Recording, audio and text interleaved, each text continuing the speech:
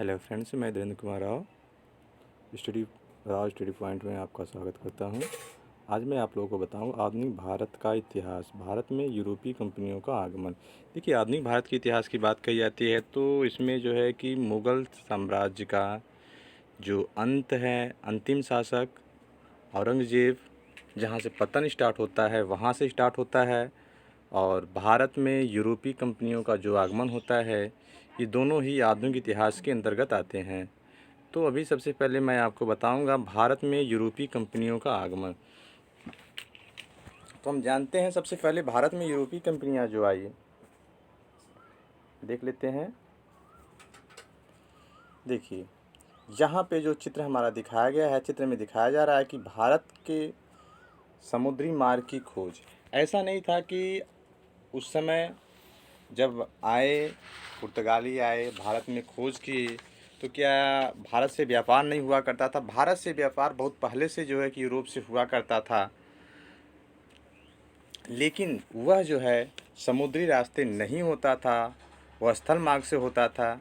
जैसा कि आप देख रहे हैं, ये भारत है, यहाँ पे भारत गोवा दिखाई दे रहा है, और ये अरब से होते हुए, यूरोप से होते हुए, अब यहाँ आपको हम दिखाएंगे कैसे जो है भारत में समुद्री मार्गों की खोज क्यों पड़ गई। क्योंकि आप देख रहे हैं जैसा कि ये भारत है, और यहाँ अगर हम देखते हैं तो ये पाकिस्तान, पहले भारत ऐसे हुआ करता था, इस तरह से अफ़गानिस्तान, पाकिस्तान। तो यहाँ पे अब ये हुआ कि यहाँ से ये डायरेक्ट आया करते थे, ये सब या तो अरब के रास्ते से के आते थे, नहीं तो यहाँ अफ़गानिस्तान होते हुए इस तरह से आया करते थे यूरोप वाले। और इनके आने के दो रास्ते हुआ करते थे।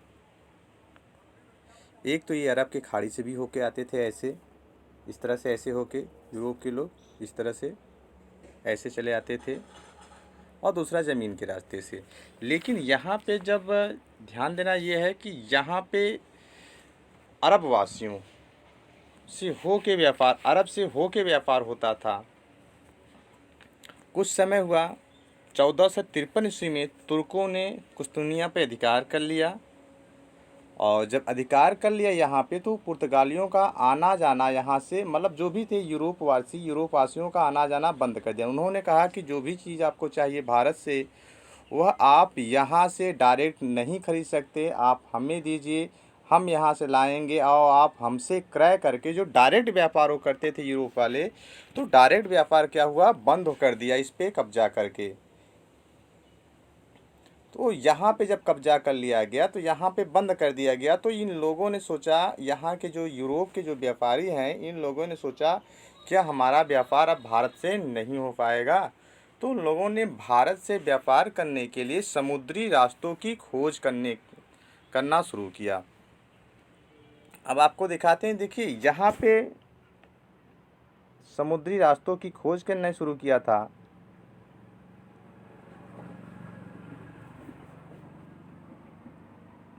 तो सबसे पहले भारत को खोजने के लिए निकला कौन था? कोलंबस। कोलंबस जो है, ऐसा कहा, ये यहाँ का था कोलंबस। और जब वो भारत की खोज करने के लिए निकला, तो देखिए पहले क्या होता था ना, कि जो यहाँ पहले की जो व्यवस्था हुआ करती थी, वह राजशाही व्यवस्था हुआ करती थी। तो जो व्यापारी वर्ग थे, वो करते क्या थे, राजा को जो है कहते थे आप हमारी सहायता करिए, हम दूसरे देश में जब जाएंगे, तो दूसरे देश में जाएंगे कि आपके राज्य का नाम होगा, और वहाँ हम अपने पहले की जो भी लड़ाइयाँ हुई या जो भी चीज़ हुआ, आज भी देखते हैं आप, धर्म के नाम पे, और हम इस धर्म को ले जाकर दूसरे देशों में भी प्रचार प्रसार करेंगे। तो राजा उन व्यापारियों को सुरक्षा प्रदान करते थे, और उनकी देखभाल, जब वो व्यापार करने के लिए चले जाते थे, तो उनके घर वालों की देखभाल वो लोग करते थे। और पहले के लोग जब व्यापार करते थे, तो जब तक वो वापस नहीं आते थे अपनी कंट्री, तब तक वो अपने आप को जीवित नहीं मानते थे। वे मानते थे कि मैं अब इस दुनिया में नहीं हूँ, क्योंकि पहले के जो व्यापारिक रास्ते थे वो बहुत ही कठिन कार्य हुआ करते थे। उनके घर वाले, जो व्यापारियों घर वाले होते थे, वो यही मानते थे कि ये अब नहीं है। जब वापस आते तो उनमें बहुत अपार खुशियाँ होती थी, और व्यापार करने में बहुत ढेर सारे पैसे भी खर्च होते थे, जो राजा उनका सब वहन करता था। अब यहाँ पे हुआ क्या, जब यहाँ पे व्यापारियों का समूह हुआ, तो कोलंबस के नेतृत्व में समुद्री यात्री कोलंबस के नेतृत्व में भारत तो खोजने के लिए नहीं चला था। देखिए एक चीज़ ध्यान रखिएगा, लोग कहते हैं भारत की खोज नहीं हुई है। भारत में मतलब ये लोग समुद्री रास्तों की खोज की, क्योंकि इससे पहले भी भारत से व्यापार हुआ करता था। तो समुद्री रास्तों की खोज करने के लिए जब यहाँ से कोलंबस निकला तो चला गया ऐसे करके सीधा, आपका कहाँ चला गया, वह चला गया अमेरिका। अब अमेरिका गया तो वहाँ पे अमेरिगो नामक नाविक के तट के नाम पर उसने अमेरिका का नाम अमेरिका दिया। और उसने पहले जब अमेरिका पहुंचा तो उसने उसे नई दुनिया कहा था। अब यही कहा जाता है, आप देखेंगे जो वेस्ट इंडीज, अमेरिका से थोड़ा सा पहले ही आप देखेंगे तो वहाँ पे जो है छोटे छोटे द्वीप हैं जिसे वेस्ट इंडीज कहा गया। अब आपको बताया गया कि उसका नाम वेस्ट इंडीज क्यों पड़ा, यहाँ पे आपको थोड़ा सा बता देते हैं। क्योंकि देखिए जब यहाँ से ये यूनान के लोग ये लोग व्यापार करते थे तो यहाँ पे पड़ती थी, हमने आपको बताया है, सिंधु नदी। देखिए जो आज भी पाकिस्तान से बहते हुए जाती है, ये सिंधु नदी ऐसे है ना। तो ये लोग जब आए थे तो यहाँ पे यूरोप द्वारा या यूनानियों के द्वारा ही इसका नाम इंडिया कहा गया। जैसे कि इसे हिंदुस्तान कहा गया तो यहाँ पे सिंधु नदी थी, इसी के नाम से, इसी सिंधु नदी के नाम से आपके शब्द जो अरबी के शब्द जो हिंदू शब्द हुए हैं, हिंदू, हिंदू, हिंदुस्तान, ये अरबी के शब्द इसी नदी के नाम से पड़े हैं, सिंधु नदी के नाम से। और इंडिया या इंडियंस की बात करें तो इसी नदी की देन है, सिंधु नदी की देन है। देखिए अरब वालों ने इस नदी को सिंधु न कह के हिंदू कहा, तो हिंदू सिंधु नदी के उस पार रहने वालों को हिंदू कहा गया।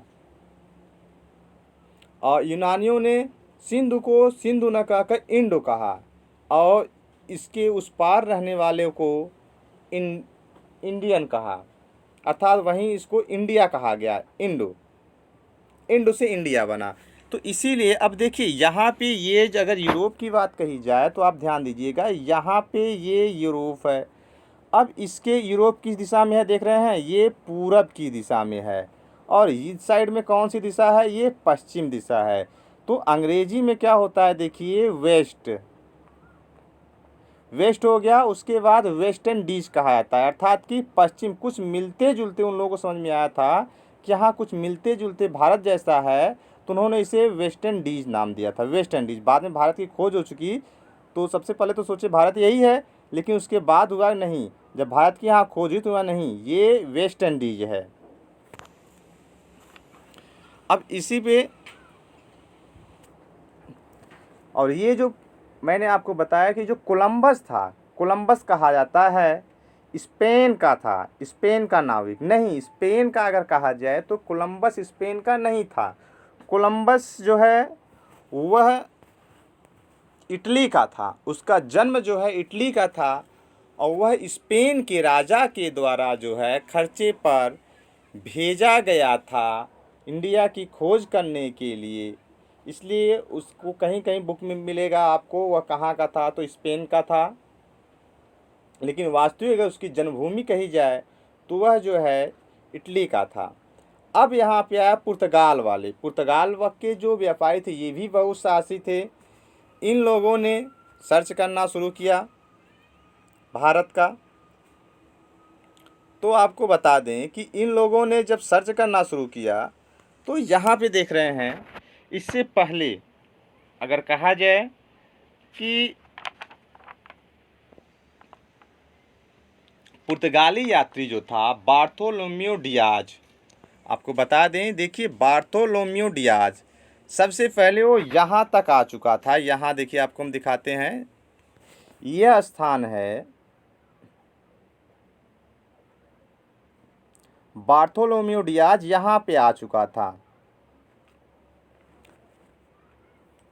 अब वो यहाँ पे कब आया था, इसको कहा जाता है, देखिए ये जो है उत्तर मासा द्वीप या अंतरिप द्वीप कहा जाता है। और इस बार्थोलोम्यू डियाज यहाँ 1487 ईस्वी में आया था। 1487 ईस्वी में आसा अंतरिप द्वीप पे बार्थोलोम्यू डियाज आया था।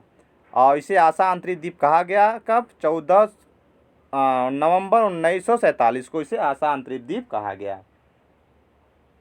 और इसी को केप ऑफ गुड होप या उत्तर मासा अंतरिक्ष द्वीप भी कहा जाता है। तो यहाँ तक जो पुर्तगाली थे वो आ चुके थे।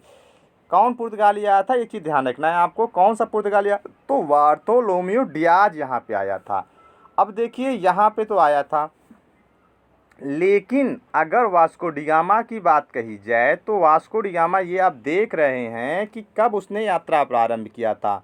वास्को डी गामा ने यात्रा प्रारंभ किया जुलाई 1947 से, और यात्रा की वापसी कब हुई, 1947 बोल दिया, 1447 और 1499 ईस्वी में वापस पहुंच गया था।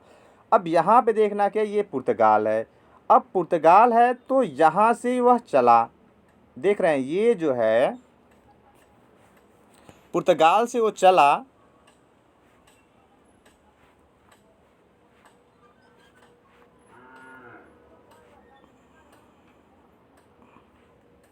ये उसके, जब वो चला तो ये उसके चलने का क्रम है। देखिए ऐसे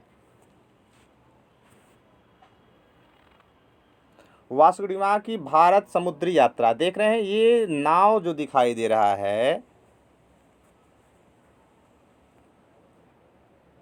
यह नाव दिखाई दे रहा है, यहाँ से ऐसे ऐसे ऐसे ऐसे यहाँ आया, और यही दक्षिण अफ्रीका है, और यहीं पे नटाल, गांधी जी भी, जब गांधी जी के बारे में बताया जाएगा तो बताया जाएगा नटाल कांग्रेस।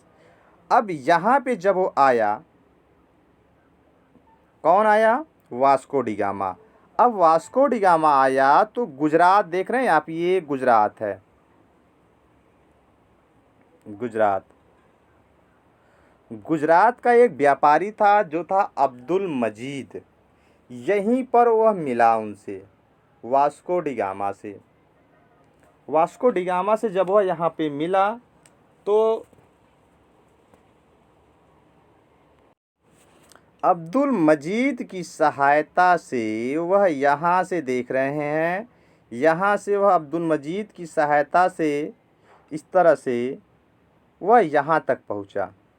लेकिन अगर वो यहाँ तक, फिर इस बार अब्दुल मजीद यहाँ से सीधा चला गया, लेकिन उन्हें पता था कि अगर हम यहाँ से ऐसे होके जाएंगे तो यहाँ पे अरब वाले हैं, और अगर वो लोग समुद्र में जहाज़ देख लिए यूरोप वासियों का तो वहीं पे लड़ाइयाँ शुरू हो जाएगी।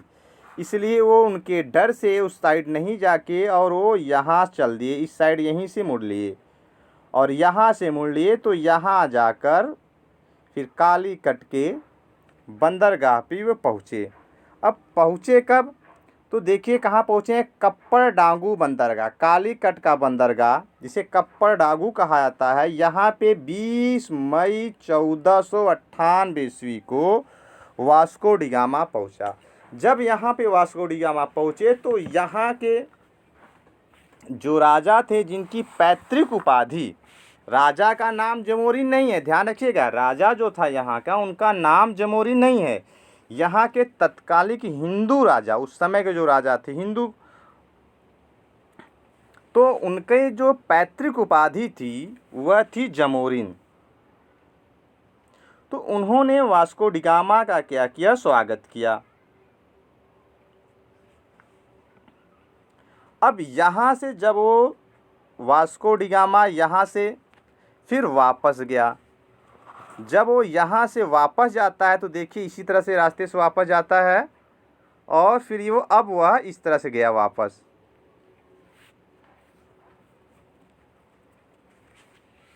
जब वह यहाँ से वापस जाता है तो देखिए यहाँ से उसने पूरा रास्ते का खर्च निकाला, जितना उसके, जैसे भाई अब कहीं आएंगे जाएंगे तो जाहिर सी बात है खर्च तो होगा, तो वह इतना दूर से आया, फिर यहाँ से मसाले ख़रीदा, और मसाले खरीद कर वह जो है अपने वहाँ यूरोप ले गया, और सारा उसका यात्रा व्यय निकालने पर और जो भी उसका था सब खर्च करने, निकाल देने पर उसे जो है 60 गुना फ़ायदा हुआ।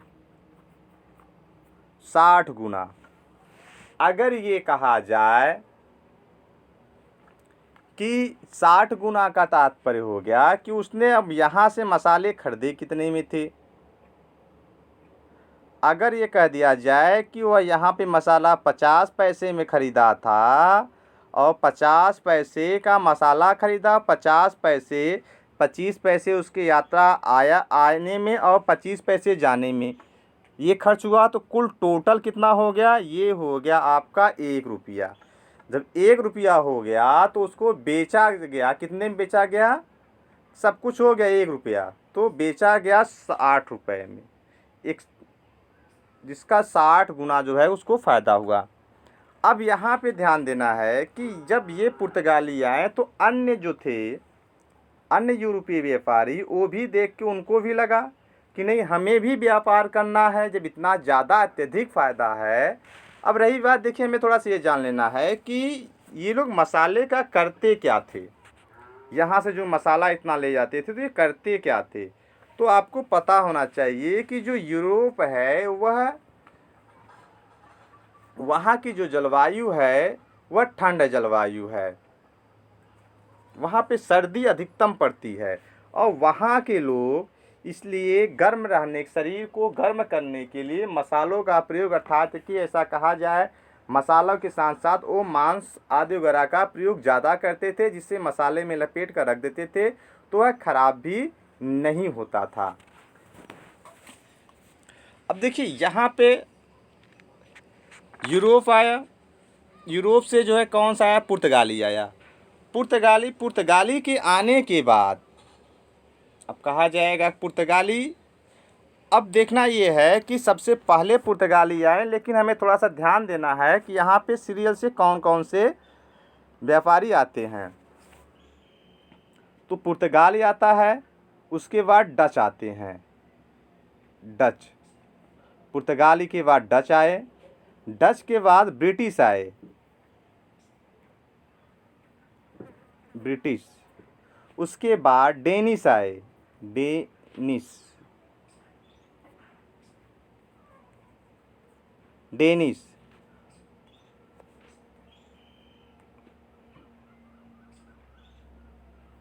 देखिए पहले नंबर पे कौन है? पुर्तगाल, दूसरे नंबर पे डच, तीसरे नंबर पे ब्रिटिश,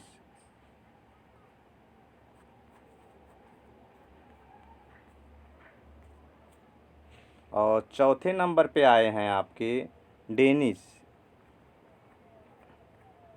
और पांचवें नंबर पे है फ्रांसीसी, फ्रांसीसी, उसके बाद है स्वीडिश।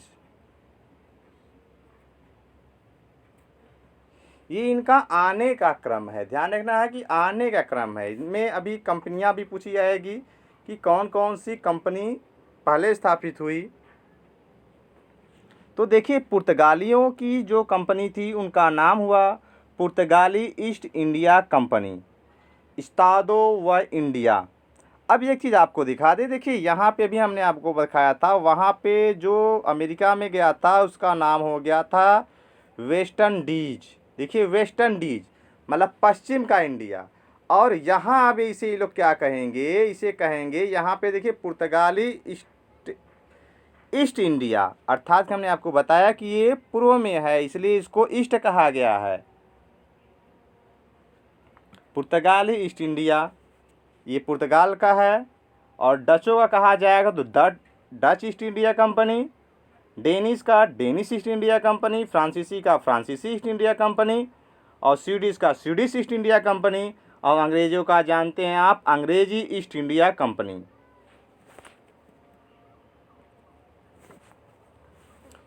तो हम इनका थोड़ा सा मैप देख लेते हैं।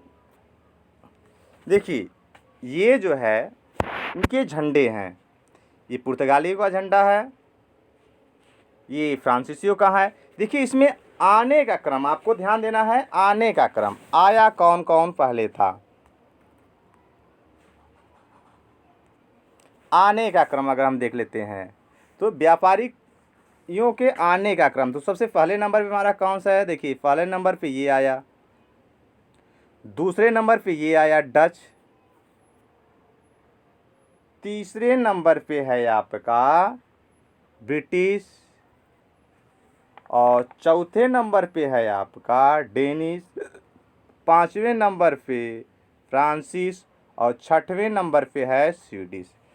अब यहाँ पे अगर इनकी कंपनियों की बात कही जाएगी कि यहाँ भारत में कौन कौन सी कंपनियाँ स्थापित हुई, पहले कौन कौन सी कंपनी स्थापित, तो ध्यान है भारत में नहीं, कंपनी की स्थापना हुई है।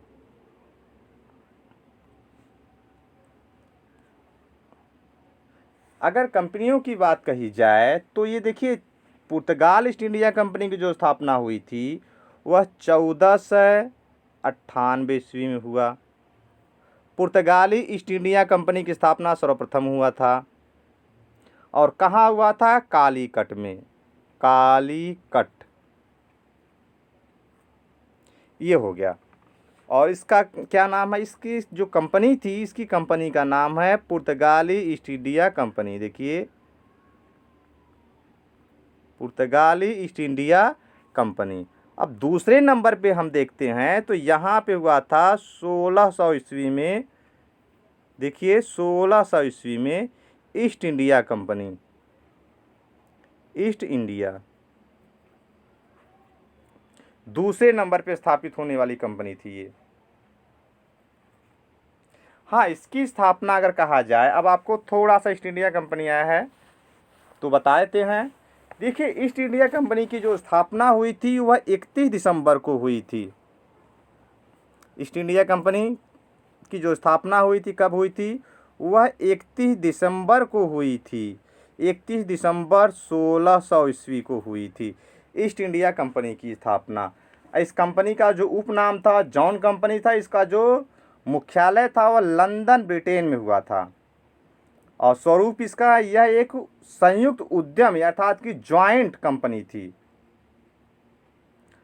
और इसमें देखिए, उस समय जो इंग्लैंड की महारानी थी वो एलिजाबेथ प्रथम थी, जिन्होंने चार्टर के द्वारा कंपनी के व्यापार हेतु 15 वर्षों की अनुमति, यहाँ की जो रानी थी एलिजाबेथ, उन्होंने 15 वर्ष की अनुमति दिया था, 15 वर्ष की, कि जाओ भाई 15 वर्षों तक आप भारत में व्यापार कर सकते हो, 15 वर्षों तक।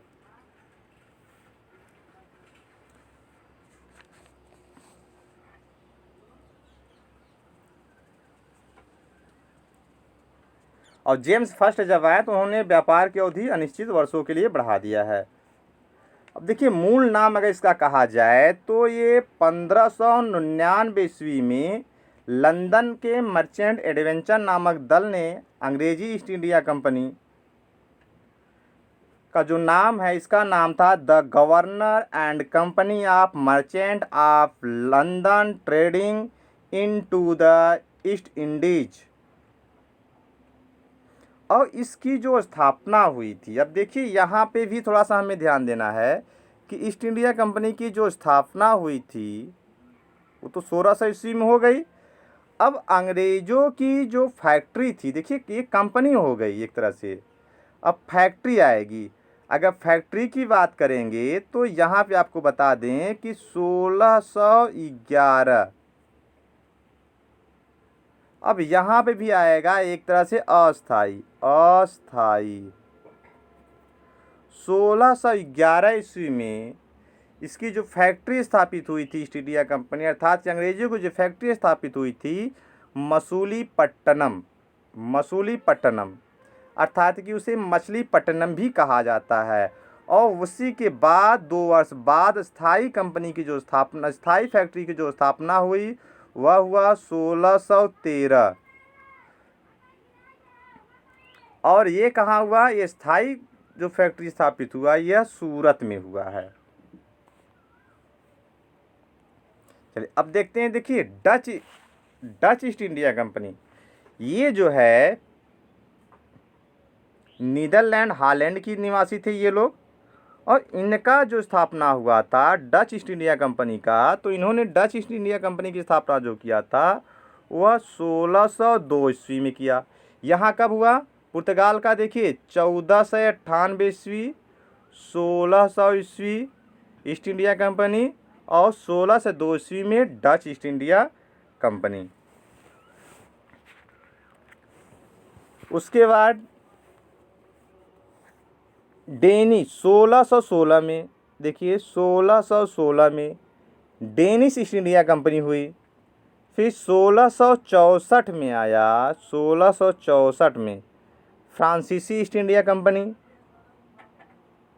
और 1731 में आया स्वीडिश ईस्ट इंडिया कंपनी, 1731 में।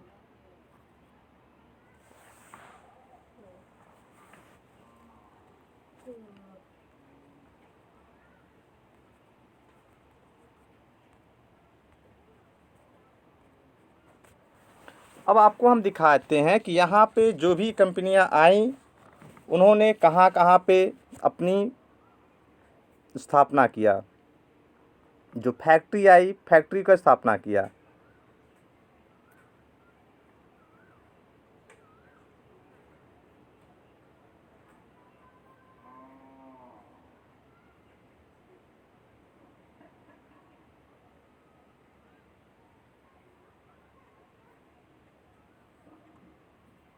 सबसे पहले सिंबल देख लेते हैं। देखिए ये सिंबल है यूरोपीय बस्तियों का, और पुर्तगालियों का सिंबल देख रहे हैं, ये पुर्तगालियों का सिंबल है।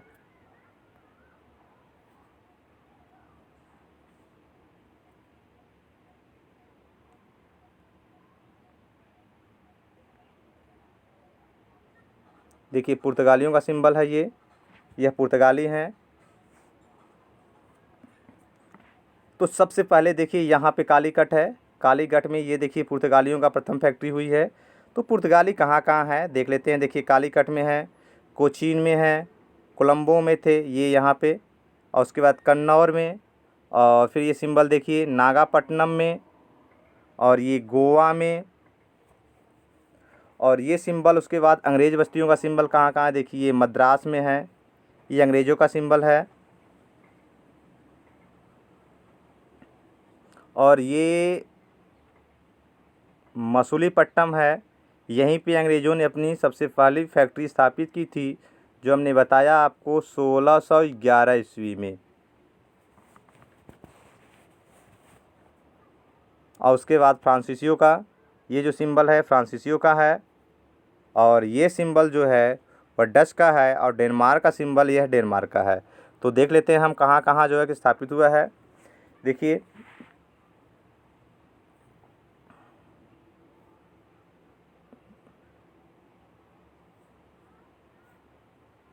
देखिए यहाँ पे मिसिंग थोड़ा सा सन दिया हुआ है। सूरत में अंग्रेज़ों की जो स्थापना हुई थी फैक्ट्री की, और स्थापना हुई थी 1613 ईस्वी में हुई थी। यहाँ पे सन मिस दिया है, ये है 1613 होना चाहिए यहाँ पे, जो 1612 दिया हुआ है। यहाँ पे हमने आपको बताया 1611 यहाँ पे अस्थाई थी, ये अस्थाई था, ये स्थाई था। ऐसा कहा था, या तो दक्षिण भारत की बात कही जाए कि दक्षिण भारत में अंग्रेज़ों ने सबसे पहले फैक्ट्री कहाँ स्थापित किया, तो ये हो जाएगा आपका 1611 ईस्वी में मछलीपट्टनम या तो मछलीपट्टनम में। उसके बाद पहली फैक्ट्री, या फिर ये कहा था स्थाई को 1613 ईस्वी में।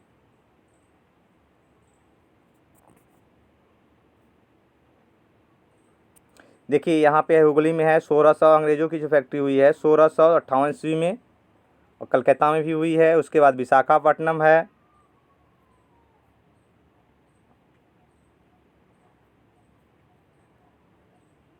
यह 1498 से लेके 1739 तक कहाँ कहाँ इन्होंने अपनी फैक्ट्रियों की स्थापना किया था।